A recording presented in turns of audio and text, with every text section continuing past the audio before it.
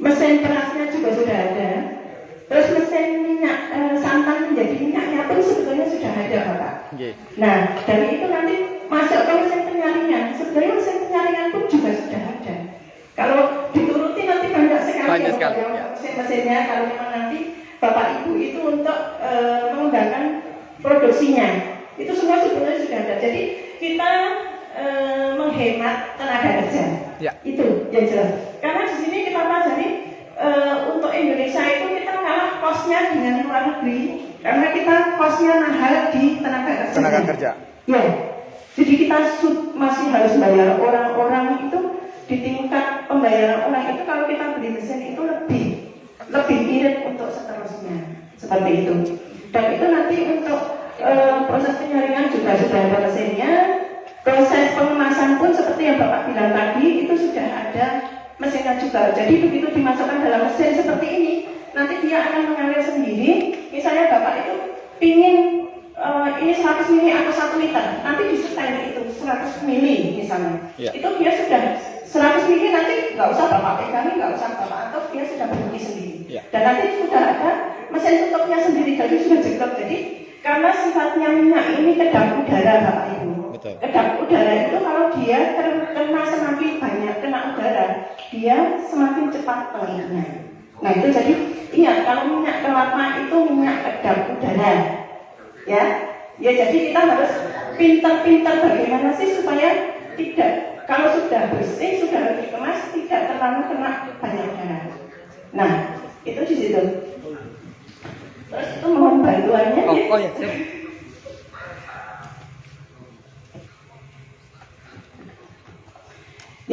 Nah di sini Bapak Ibu perlu saya sampaikan untuk memproduksi suatu produk itu kita memerlukan semua seperti yang Bapak sampaikan tadi, higienis. Jadi semua harus higienis, semua harus terukur dan semua harus peralatan juga yang sudah standar kesehatan.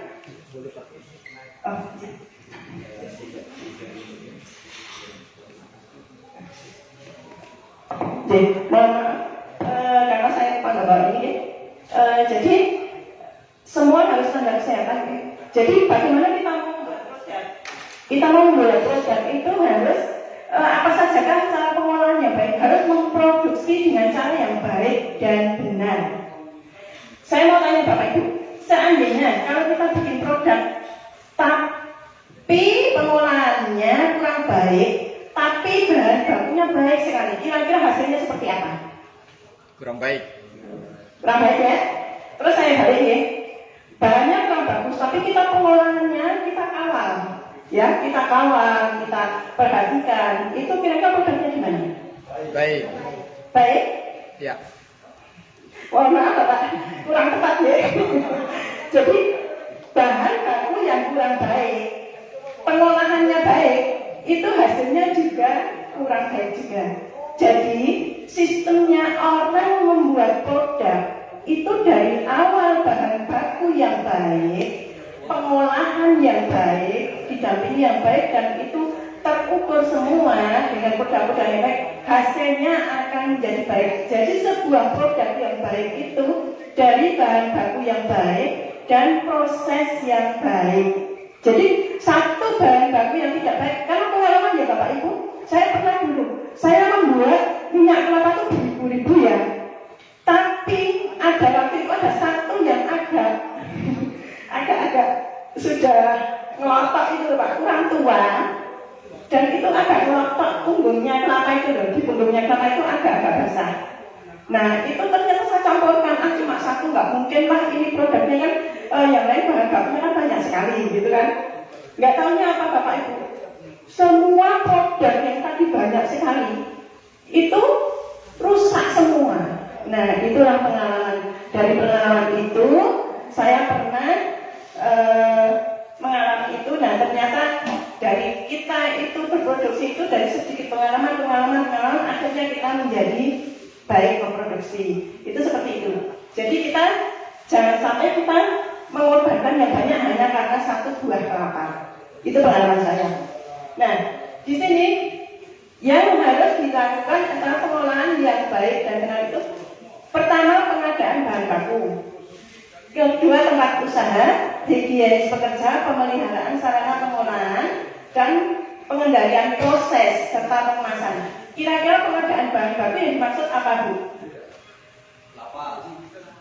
Kelapa ya, kita sudah kelapa ya. Kelapa seperti apakah yang bisa digunakan? Kok kenapa kita harus pengadaan bahan baku? Kira-kira seperti apa? Nah, itu jadi kita memilih bahan baku, pemilihan bahan baku. Yang kedua, bahan baku dipilih yang aman. Yang ketiga, penanganan bahan baku dan penyimpanan. Maksudnya apa? Bahan baku di sini ibu punya kelapa, ya, bapak ibu punya kelapa. Nah itu kita pilih bahan baku, kita membeli kelapa itu usahakan kita yang kelapanya bagus, ya. Karena ada kelapa kelihatannya kering, tapi dalamnya nggak tua. Pernah bapak dapat? Pernah? Ya, pernah ya? Terasa ya. Jadi kelihatannya yang di luar itu tempurungnya keras ya, hitam, kayaknya tua. Tapi ternyata dalamnya masih muda. Itu apa? Kalau di sini orang bilang itu diinjek, jadi masih muda diinjek, jadi nanti di pohon itu kelihatan sudah tua. Tapi ternyata itu dalamnya tetap nggak semakin tua. Nah itu seperti itu. Terus bahan baku yang dipilih aman, tadi yang tidak rusak, itu nanti hasilnya juga akan menjadi produk yang tadi saya sampaikan, itu produknya bagus. Terus penanganan bahan baku. Nah, bagaimana cara kita menangani bahan baku itu? Kita pertama kita cari yang paling kering, yang kering di pohon kalau bisa ya. Karena sebetulnya kalau minyak kelapa goreng itu bahan tidak kering di pohon pun bisa. Cuma kita butuh kualitas apa tidak? Betul ya? Jadi kalau mau butuh kualitas, kira-kira kita milih yang seperti apa? Kering ya? Nah, yang benar-benar kering. Nah, itu kita pilih yang aman dan penanganan bahan baku. Kalau memang kita sudah dapat bahan baku, jangan diumbar maksudnya tidak ada atapnya ya Bu. Di luar misalnya, saya lihat pernah di Papua, saya lihat itu banyak sekali bahan baku di sana, tapi karena jatuh langsung tumbuh lagi bertunas terus kayak gitu. Jadi itu kalau kita mau masak, kita misalnya kita dapat bahan baku, ya kita kasih di ruangan atau apa yang ada atapnya. Nggak ruangan pun nggak apa-apa, cuma jangan sampai kena hujan, kena panas, harus sudah dikupas. Ya, paham ya? Ya. Terus penyimpanan, nah itu termasuk tadi penyimpanan. Itu nanti disimpan di ruangan ataupun atap yang tidak kena panas, tidak kena hujan. Nah itu. Terus ini tempat usaha. Seperti apa tempat usaha kira-kira kalau Bapak Ibu mikir di sini? Tempat usaha yang untuk usaha itu apa? Harus luas, harus bersih, ya. Jadi di sini tempat usaha itu diusahakan bebas dari pencemaran. Jadi tempat usaha itu nggak harus luas, nggak harus lebar, harus maksudnya harus bagus, nggak. Cuma yang jelas itu steril, maksudnya tidak ada pencemaran dari hewan ataupun dari yang lain. Seperti itu. Jadi terus ini ruangan itu luas dan tenang. Bisa luas lebih bagus, tapi tidak apa-apa. Yang penting tempat yang digunakan itu bersih dan tenang. Jadi tidak ada tikus masuk, tidak ada kucing masuk dan lain sebagainya. Terus di sini urutan kerja sesuai urutan produksi dan jangan sampai berbalik arah. Maksudnya apa Ibu? Bapak Ibu tahu nggak? Urutan kerja kita seperti yang Bapak tadi sampaikan, ada balai POM. Dari BP POM itu urutan kerja itu. Jadi kita bekerja itu tidak di sini kita nyuci, di sini kita marut, nanti di sini lagi kita memasak. Jadi urutan kerja itu dari awal, misalnya dari sini kita ngupas, dari sini kita nyuci, kita marut, kita jadi berputar. Itu yang namanya layout atau urutan kerja. Nah, jadi jangan sampai berbalik arah. Kalau Ibu nanti bikin berbalik arah, itu nanti dinas kesehatan untuk memberikan PIRT pun tidak akan terkabulkan. Jadi itu sudah ada aturannya, harus sesuai dengan layoutnya, urutannya. Jadi misalnya Pak, Ibu dari sana ya harus pokoknya mengalir, jangan sampai kembali arah, berbalik arah. Terus fasilitasi sanitasi yang dimaksudkan ini kebersihan dari air, sumber air dan saluran, ventilasi udara, pembuangan limbah, tempat sampah, toilet, dan sarana cuci tangan. Jadi di suatu ruangan itu kita harus mempunyai sumber air, saluran air. Jadi kalau ibu, bapak ibu mau mencari perizinan, itu nanti akan dicek saluran airnya, pembuangan limbahnya. Misalnya ibu punya saluran pembuangan air kotor itu nanti akan diukur di sana. Tertutup enggak? Nah itu, yang dimaksud ini sumber air dan saluran sumber airnya dari mana? Itu harus dilihatkan dulu ya, dilihatkan dulu. Jadi kita mau cari izin harus dilihatkan dulu. Itu nanti layak apa enggak? Karena di situ akan ada nanti pencemaran E. coli, ada pencemaran bakteri dan pencemaran kimia. Ya, itu harus dilihatkan. Nanti dari dinas kesehatan baru dia akan mengabulkan kalau itu sudah lolos dari lab. Nah, di sini saluran air, salurannya itu nanti harus misalnya ibu punya di sini ada pembuangan air, ibu buangnya di kebun, buangnya di kebun itu nanti jalan yang mau ke kebun itu harus ditutup rata. Jadi tidak ada lalat-lalat yang pada masuk di situ. Jadi harus saluran air harus tertutup rapat sampai di tempat pembuangan. Di tempat pembuangan itu pun harus tertutup rapat, seperti dibuat septic tank, paham ya? Nah, itu. Terus ventilasi udara. Ada yang tahu ventilasi udara? Apa itu, Pak? Betul, betul. Jadi ruangan, kalau kita bekerja di ruangan tertutup harus ada lubang udara ya, harus ada lubang udara. Cuma di sini nanti untuk ventilasi udara itu harus tertutup dengan streaming. Apa itu streamingnya? Jaring-jaring itu supaya jadi di luarnya itu di sampingnya ditutup itu jadi tidak ada kecoa masuk, tidak ada lalat masuk lewat ventilasi udara. Jadi udara tetap masuk tapi hewan tidak bisa masuk. Ya. Terus ini pembuangan limbah. Pembuangan limbah seperti yang limbah cair harus tertutup. Yang limbah padat itu harus ada tempat sampahnya. Jadi di suatu ruangan produksi itu harus mempunyai tempat sampah, tapi tempat sampahnya harus tertutup.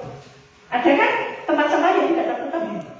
Nah, itu usahakan yang ada tutupnya. Jadi beli tempat sampah itu nanti dari dinas kesehatan juga akan cek itu, apalagi BPOM. Ya. Terus ini toilet. Adakah di sini yang mempunyai, ada yang sudah usaha? Ada belum? Belum ya? Oh ya, berarti perlu saya sampaikan. Toilet, setiap kita punya rumah untuk usaha kita harus memiliki toilet sendiri. Dan toilet itu jaraknya harus minimal 10 meter dari tempat usaha. Terus, yang kedua, toilet itu tidak boleh pintunya menghadap ke tempat usaha. Misalnya, ini tempat usaha ibu ya, toiletnya di sana, nggak boleh itu pintunya ke sini. Jadi pintunya harus ke sana. Ya, jangan sampai ke tempat usaha. Itu juga nanti persyaratan dari kedinasan, persyaratan dari perizinan. Terus kemudian sarana cuci tangan. Paham?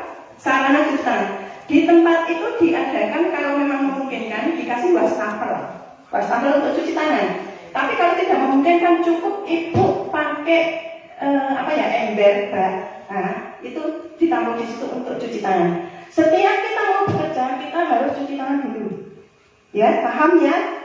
Ya. Terus higienis pekerja. Apa yang dimaksud higienis pekerja? Jadi pekerja itu harus bersih, intinya seperti itu. Misalnya ada karyawan yang lagi sakit, nah ini lebih baik kita meliburkan karyawan yang lagi sakit. Karena apa? Kalau karyawan itu sakit, nanti akan bisa terkontaminasi ke produk yang kita buat. Misalnya dia batuk, dia pilek, bersin di situ, itu tidak boleh. Jadi kalau kita sudah melihat karyawan sakit, mendingan untuk istirahat dulu, ya, karena bisa nanti juga teman-temannya bisa tertular juga. Itu bahayanya nanti di makanan. Terus pakaian fasilitas kebersihan, tempat cuci tangan, pakaian dan celana. Ini wajib ya Bu ya, Bapak Ibu. Kalau kita produksi, kita wajib pakai celana, pakai tali cuci tangan, terus nanti ada masker, ada tutup kepala, ada sarung tangan. Itu wajib, itu tidak boleh ditawar lagi. Kalau kita bekerja di makanan harus seperti itu. Nah, ini ada sarung tangan, masker, dan penutup kepala, ini wajib. Terus pemeliharaan sarana.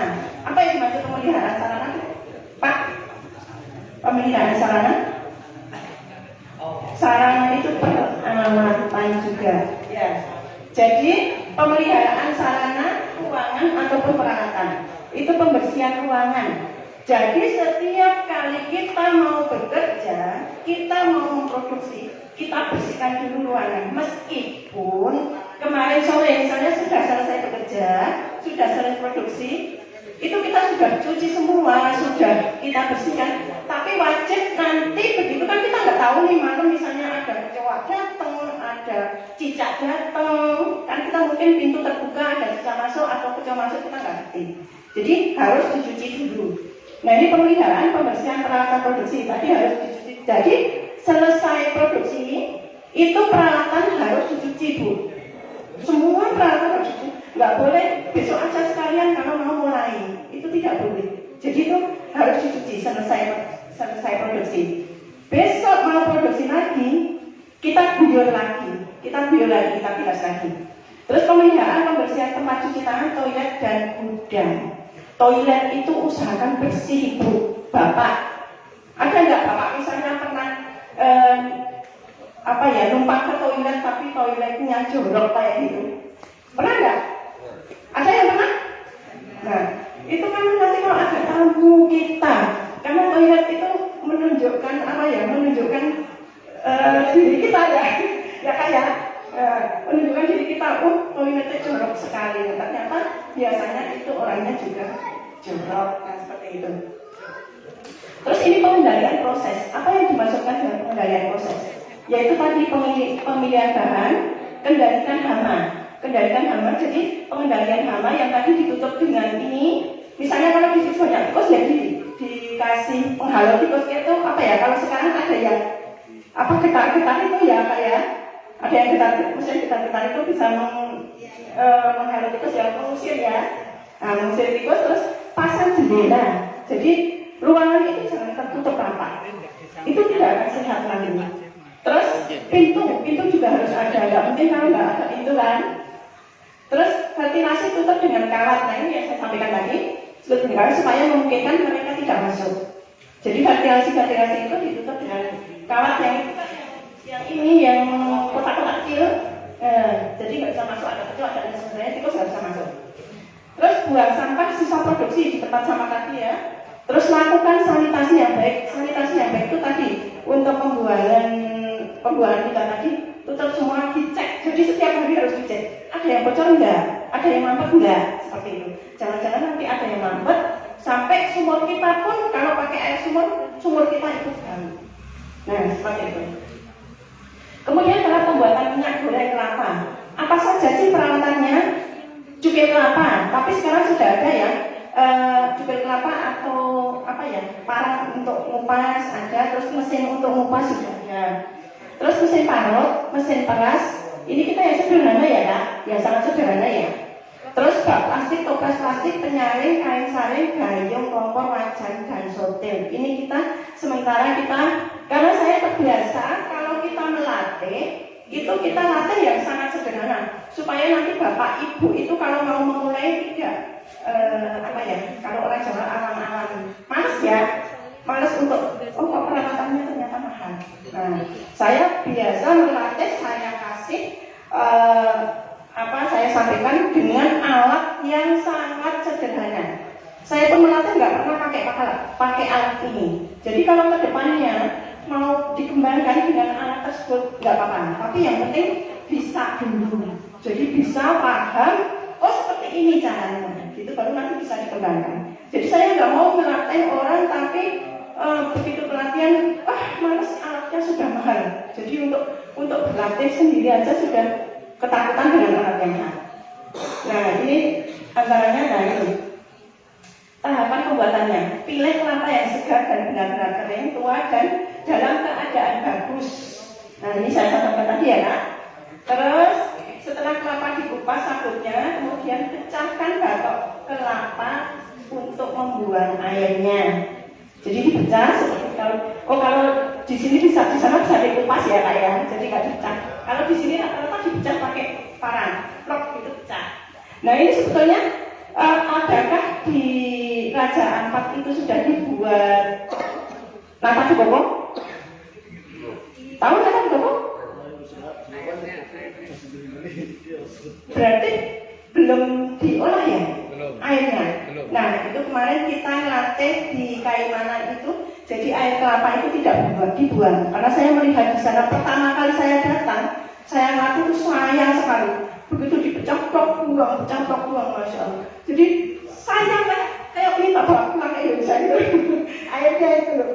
Air itu kan bisa dibuat nata de coco Bapak. Jadi nata de coco itu sari kelapa yang diiris-iris, rasanya kenyal-kenyal dikit enak itu. Jadi itu kita juga latih itu. Nah itu airnya. Jadi ini untuk membuang airnya maksudnya dipecah dikeluarkan airnya. Nah ini seperti ini. Kalau di sini kita tampung, nanti kita saring, nah baru kita proses seperti itu. Terus ini habis dipecahkan kita kupas. Kalau saya lihat ini kan sudah dikupas pakai parang. Kalau di kita itu dikupas pakai pencukir kelapa. Ini pencukir kelapa, dia pakai juga dikupas cepet gitu. Terus yang setelah itu kita cuci 2 kali Kak. Jadi dicuci, nanti setelah cuci bilas lagi, dicuci lagi. Ya, jadi sampai benar-benar bersih, karena cucian pertama itu kan masih kotor airnya. Kalau langsung diangkat berarti masih ada kotorannya. Nah itu. Terus di sini ini mesin palitnya sama ya. Mesin palitnya cuma kita ada yang lebih besar lagi. Terus ini nanti setelah diparut menjadi parutan kelapa, nah itu akan kita kasih air, kita remas-remas. Nah setelah remas-remas itu kalau saya dimasukkan di mesin. Jadi nanti ini mesin kelapa setelah diparut ya Kak. Setelah diparut dikasih air, diremas-remas, masukkan ke mesin peras. Ini mesin peras ini. Ini tadi juga bisa, ini mesin peras pakai ini juga bisa. Jadi kalau mesin peras diganti seperti itu, seperti ini, seperti ini besar, terus masukkan di sini, nanti di sini keluar ampasnya, yang di sana keluar santannya. Itu kalau di kita. Terus selanjutnya nanti akan dipanaskan. Kalau di kita masih dipanaskan dengan wajan ini. Jadi dengan wajan ini, kalau zaman dulu saya pernah waktu saya awal-awal buat itu, kita bikin 500 kelapa itu sampai malam 4. Jadi dari pagi jam 3 saya bangun, kita mulai proses itu selesainya jam 12 malam. Mohon maaf, dulu memang masih lama, kita masih manual, belum tahu caranya gimana sih nyepet bikin cepet itu bikin nggak lama. Jadi orang itu sampai sekarang masih berpikir kalau bikin minyak goreng itu lama kalau tradisional. Nah sekarang setelah saya belajar dan akhirnya sekarang kita lebih cepat untuk membuat minyak goreng. Makanya kita kemarin dipanggil ke kementerian untuk pas mahal-mahalnya minyak goreng kemarin ya, pas susah-susahnya minyak goreng itu kita dipanggil di kementerian untuk mengajarkan, dan itu diekspos untuk seluruh Indonesia waktu itu. Ya, terus ini kita panaskan sampai santan mengental Kak. Santan mengental itu nanti kita matikan dulu 15 menit. Semakin lama semakin bagus, karena air itu akan semakin lama semakin memisah dan semakin bening. Nah, kalau sudah itu kita matikan Pak. Nanti kalau sudah menggelembung itu tapi belum pecah ya. Sudah menggelembung, jadi sudah kental. Di atasnya santannya sudah kental. Itu nanti akan kita pisahkan dengan santannya. Caranya bagaimana kira-kira?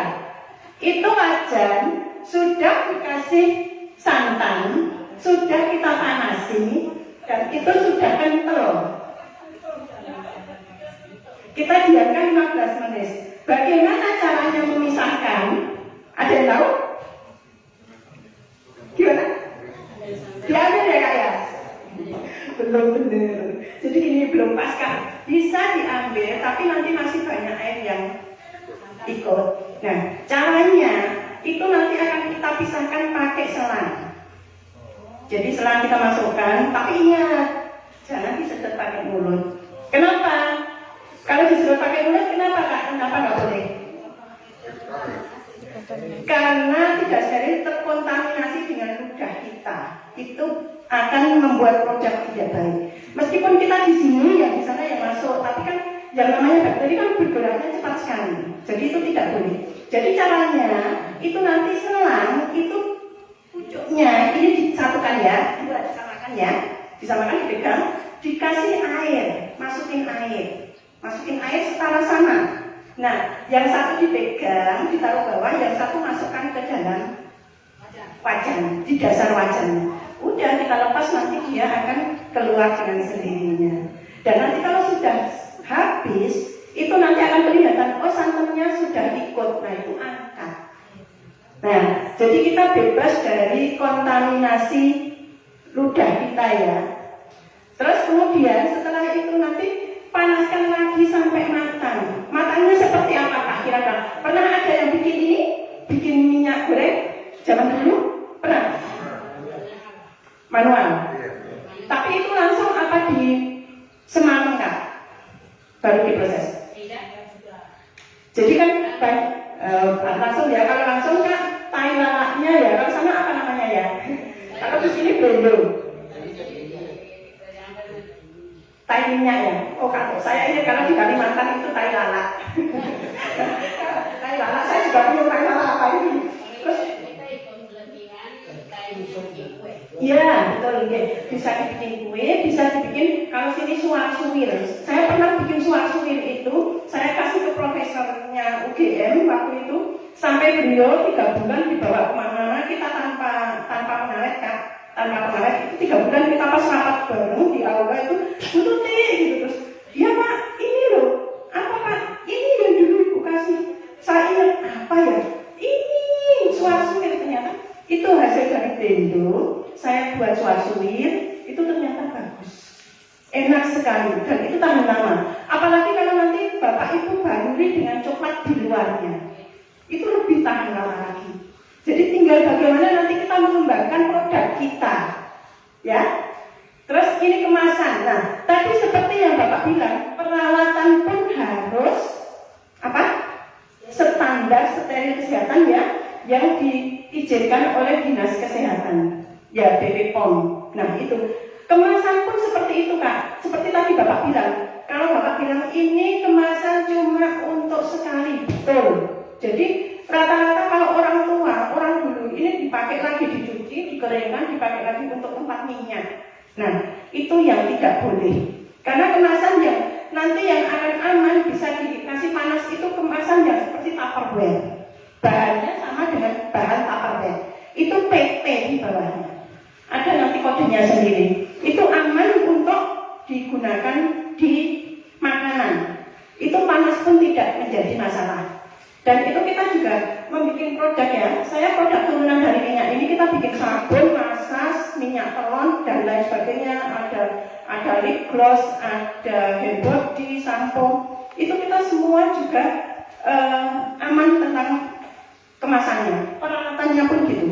Jadi semua standar kesehatan. Kita hati-hati. Itu aja yang dipakai di kulit. Karena apa? Tadi yang Bapak sampaikan kalau stainless yang krom-kroman yang berbiuran. Itu kalau kita bikin sabun, dia akan masuk ke sabun. Jadi jangan main-main dengan kesehatan. Apalagi dikonsumsi masuk ke tubuh. Yang di kulit aja kita bahaya.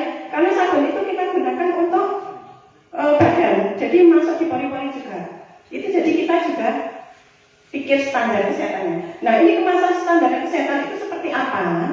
Tadi yang saya sampaikan, kalau plastik itu carilah yang standar kesehatan seperti bahannya Tupperware. Jadi tanya ke penjual, kalau bahan ini ya bahan aman, standar kesehatan.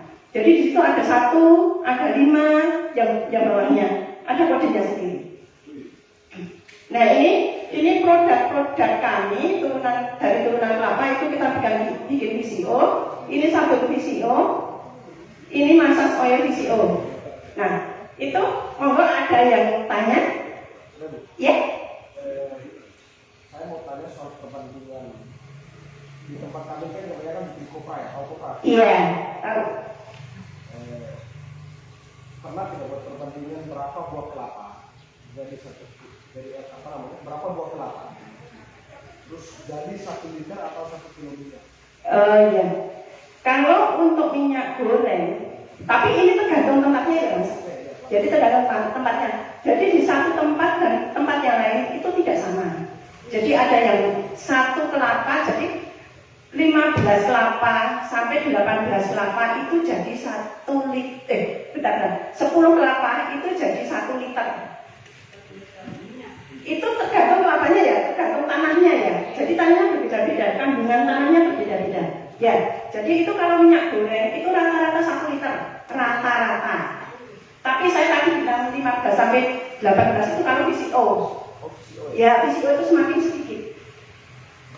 Jadi VCO itu kalau kita bikin kelapa, bikin VCO itu hasilnya semakin dikit. 15 sampai 18 kelapa itu baru dapat 1 liter. Tapi kalau ini terkadang 1 liter itu tidak ada 10 kelapa. Saya pas latihan di Papua ya, di Papua sama di Aceh saya benar-benar heran. Parutan kelapa itu kan berpengaruh. Jadi parutan kelapa itu yang panjang-panjang, ada kan? Parutan kelapa itu yang panjang-panjang, dan ada yang lembut. Ada yang lembut ya, kayak tepung. Nah itu ternyata saya juga sanksi hidup. Jadi enggak ya saya bikin ini, jadi maksudnya hasilnya sama enggak gitu loh dengan perkiraan kami. Tapi parutannya panjang-panjang, kalau di kita ya di Jogja itu hasilnya sedikit loh. Di sana hasilnya banyak, masa. Jadi memang kandungan tanah itu berbeda-beda. Nah seperti itu. Jadi kalau 10 kelapa itu rata-rata kalau tanahnya bagus, kelapanya bagus itu bisa sampai 1 liter. Tapi kadang juga ada yang kurang, ada yang lebih. Jadi kita nggak bisa patokan ya Mas ya. Yes, seperti itu. Ada lagi? Sebelum nanti kita praktek? Iya Kak?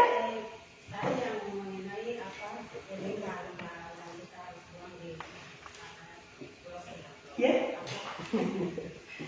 Bisa kita ini. Iya, iya. Apakah kalau kita umpama di Raja Ampat belum tersedia septic, kalau kita buang langsung ke parit, ada masalah atau Ke parit itu tinggal nanti di bawahnya. Parit itu digunakan untuk apa? Karena itu akan mencemari arus kegunaan air. Itu jelas akan tercemar. Karena kandungan ini, kandungan kelapa, air kelapa itu berbeda dengan air biasa. Yang sudah untuk meras itu nanti akan ada seperti lengket-lengketnya. Ya, itu jadi nanti kalau untuk pemainan sawah kita juga tidak yakin kalau itu tidak akan membuat sawahnya nanti nggak berkembang, mati padinya. Jadi memang paling bagus itu kita buatkan lubang, meskipun nggak harus dalam, yang penting kita tutup. Ya, yang penting kita tutup dan jauh dari sumber air yang kita minum. Itu. Ya, itu limbah airnya. Jadi memang itu wajib Kak. Kalau sanitasi itu karena nanti dari dinas kesehatan pertama kakak mau cari izin itu yang akan dilihat. Jadi kalau tidak ketukan gitu. berapa ya Kak? Nanti kan mati. Ya, jadi itu akan pencemaran lingkungan. Iya. Ada lagi? Cukup ya? Oke, sementara itu nanti kita praktek kalau sudah istirahat ya, tadi Mbaknya bilangnya. Oke, itu ya, mohon maaf kalau ada salah yang saya sampaikan. Nanti kalau ada pertanyaan lagi, mohon silakan nanti ditanyakan sambil berjalannya praktek. Ya? Mereka punya pertanyaan sederhana gini. Kalau kita di kampung di kelapa itu ada baunya. Minyaknya? Ya, ciri khas bau minyak kelapa itu memang seperti itu. Kalau orang luar itu memang justru yang jadi cari yang ciri khas baunya. Tapi kalau Bapak pengen tidak bau, nanti di penyaringan itu ada. Jadi alatnya yang untuk tidak bau itu sebetulnya ada. Alat mesinnya itu. Nah, ini kan kita mau kopi industri. Karena banyak kelapa. Terus kita hanya buat 100 liter. Kita mau produksi sendiri, mana kayak gitu.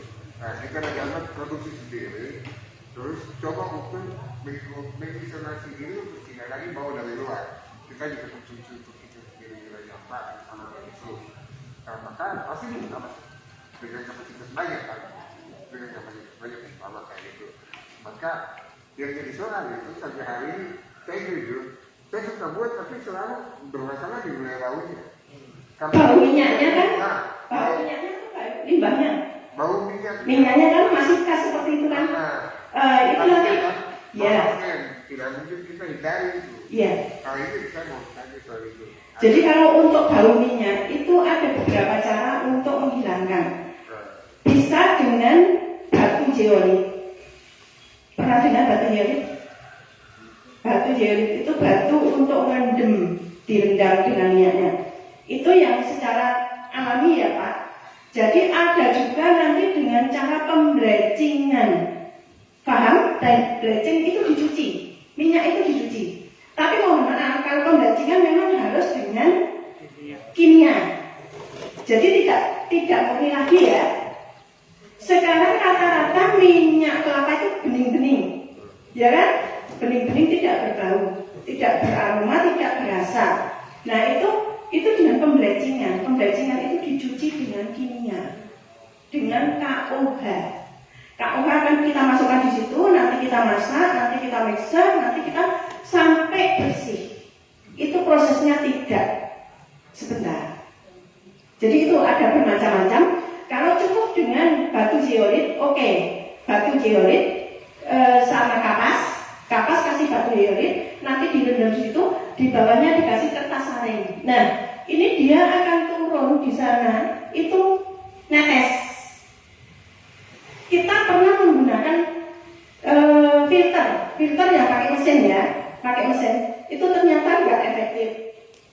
Hasilnya masih kotor.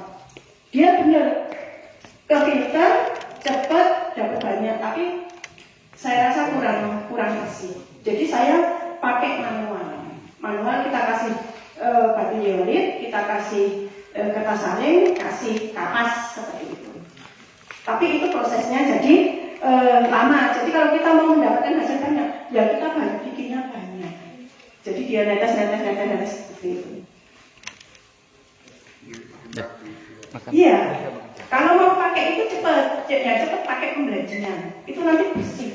Jadi bersih, warnanya sudah berkurang, tidak kuning, terus hasilnya kuning. Tapi itu tadi saya sampaikan pakai kimia. Oke?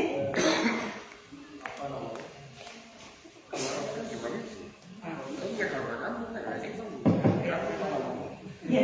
Dia nggak bau tengik tadi, maksudnya bau tengik ya misalnya. Apa namanya? Minyak kelapa itu pada umumnya, kalau misalkan dikelola dengan mesin itu bertahan lamanya sampai berapa lama biasanya? Kalau saya bikin ya seperti ini, pernah waktu itu numpuk ya, waktu itu numpuk, jadi pas nggak laku-lakunya minyak, waktu itu kan numpuk sampai berapa puluh black roti itu ya, itu kita bertahan 6 bulan belum apa-apa. Dengan keadaan masih bau, tadi ya bau khasnya kelapa ya, belum ada penjernihan. Kalau ada penjernihan itu usianya lebih panjang lagi. Oke. Lebih dari 1 tahun misalnya. Minimal 1 tahun. Kalau saya nggak pernah pakai pengawet. Tapi itu pun bisa. Untuk menghilangkan tengik itu tanpa bajingan, tapi warnanya sama ya. Warnanya sama itu nanti dikasih bahan tambahan kanan. Ada. BTC atau apa berapa itu ada. Ada.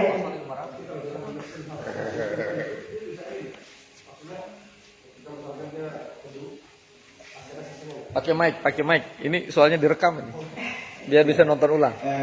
Artinya kalau semisal didiamkan begitu ya, misalkan dia tidur begini, kalau kita pakai ini kan nanti harus filternya, tapi nanti ya proses pemesanan kalau belum jadi. Nah, itu biasanya pada saat didiamkan tenang itu masih ada sisanya. Kalau penyaringannya bagus, tidak ada sisa. Jadi tidak ada endapan. Ya, kalau penyaringannya bagus. Tapi seandainya ada endapan pun itu nanti akan timbulnya lama. Ada cuma tipis itu enggak nggak sampai apa ya, mudah apa ya, nggak sampai terbang gitu. Kan ada kan yang depannya digoyang itu bisa terbang. Itu kalau itu enggak, kalau sudah di filternya bagus, penyaringannya bagus, insya Allah enggak. Seandainya ada pun kalau nggak pasti kurang bersih, itu nanti cuma tipis di bawah itu tidak akan berpengaruh. Karena ini sifatnya kedap udara ya Bapak Ibu tadi. Semakin dia sering terkena udara, semakin dia cepat ada. Ya, sudah? Ya. Sampai di sini Bapak Ibu ya. Nanti kita lanjutkan lagi. Terima kasih. Assalamualaikum warahmatullahi wabarakatuh. Waalaikumsalam. Terima kasih Bu. Baik, bagus semua. Kita break. Kemudian kita makan siang. Mohon izin nanti biar kompak kita. Nanti kan sudah dapat kaos, ya. Nanti habis makan kita ganti kaos, lalu kemudian kita berpraktek. Sekali lagi praktek nanti mohon arahan materi ini nanti memang kita bagi, tapi sudah ada lembaran kertas tadi itu ya, seluruh tahapan dicatat. Nah lalu kemudian prosesnya ini juga sudah kita videonya nanti kita kirim ya, biar sewaktu-waktu kalau lupa bisa dilihat tahapan-tahapannya. Baik, terima kasih, selamat datang dan silakan makan siang. Mohon izin Pak Kadis, mungkin bisa mendahului. Kalau pasal 1 senior terus duluan. Pasal 2 kalau senior salah, kalau pasal 1.